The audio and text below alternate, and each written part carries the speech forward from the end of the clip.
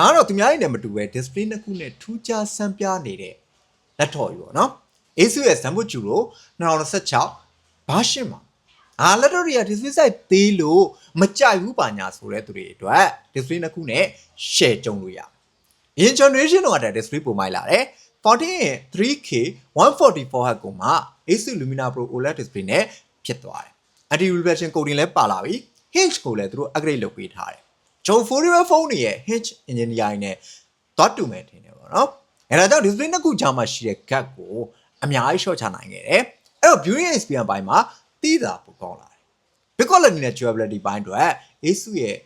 နာမည်ကြီးပေါ့နော် SAR aluminum material ကိုသုံးပေးထားတယ်ပေါင်းမှန်ဘိုင်းမှာတော့လက်ရှိ Panther Lake line up မှာအကျန်းဆုံးဖြစ်တဲ့ Intel Core Ultra H9 C3 processor ကိုသုံးပေးထားတယ်အဲ့ကောင် Intel B390 GPU နဲ့လာတယ်ပေါ့နော် Asus ကတော့ဒီကောင်ကZenbook Juno 2025 model မှာတော့သုံးခဲ့တဲ့ Intel Core Ultra 9 C2 processor တက်နှစ်ဆပိုကျန်းတယ်လို့ပြောထား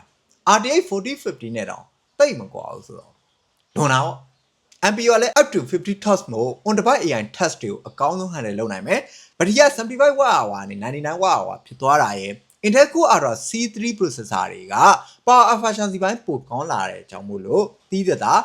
အားပိုခံလိုက်